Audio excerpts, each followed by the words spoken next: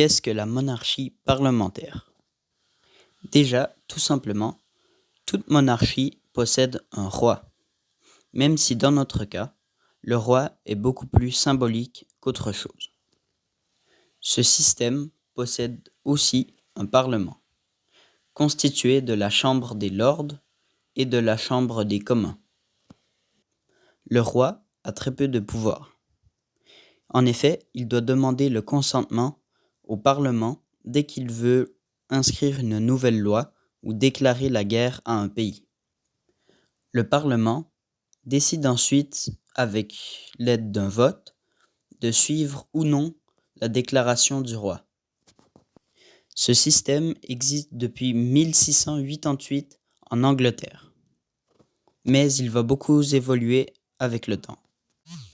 En effet, de nos jours, le roi est purement symbolique et aussi un peu diplomate, mais il n'a plus aucun pouvoir.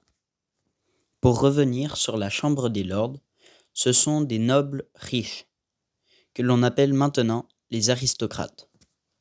Pour ce qui est de la Chambre des communs, n'importe qui et qui fait partie du peuple peut être élu. Le peuple était avant appelé le tiers-état.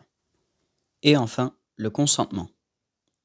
Le consentement, c'est lorsque le roi demande au Parlement s'il peut écrire une nouvelle loi ou bien déclarer une guerre.